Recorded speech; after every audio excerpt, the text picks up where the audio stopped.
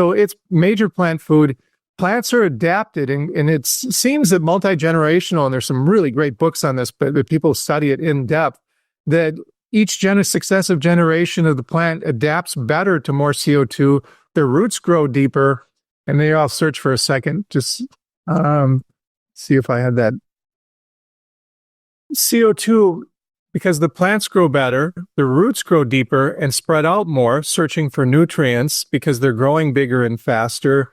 Also retains more moisture in the earth, which increases the ability for plants to grow.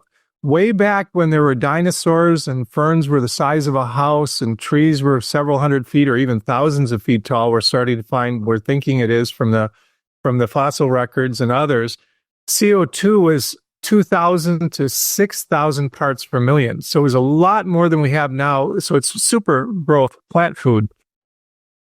And let's see the other one. Here's a great one. This is how rice grows so much better. Today we are about 420 parts per million of CO2, and you can see the arrow under today. And if you doubled it, you can see how much bigger the plants grow. And this is with all the same conditions, just more CO2 or less CO2.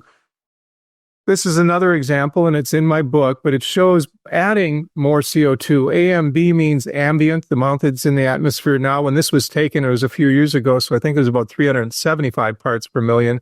But you can see if you add 150, 300, or 450 parts per million, how much more and bigger the trees are. And this is under the same conditions, same water, just with different levels of CO2. But the fact is that the whole plants just grow wonderfully better. That's a huge benefit of CO2, and there's really no drawbacks at all. So the benefits of more CO2 far outweigh the supposed, and most of those, as we've been debunking, drawbacks of having more CO2. And a warmer world is actually a better world, and it's been warmer in the past, folks. That's the other part of this. It's been warmer in the past when there was less CO2 in the atmosphere.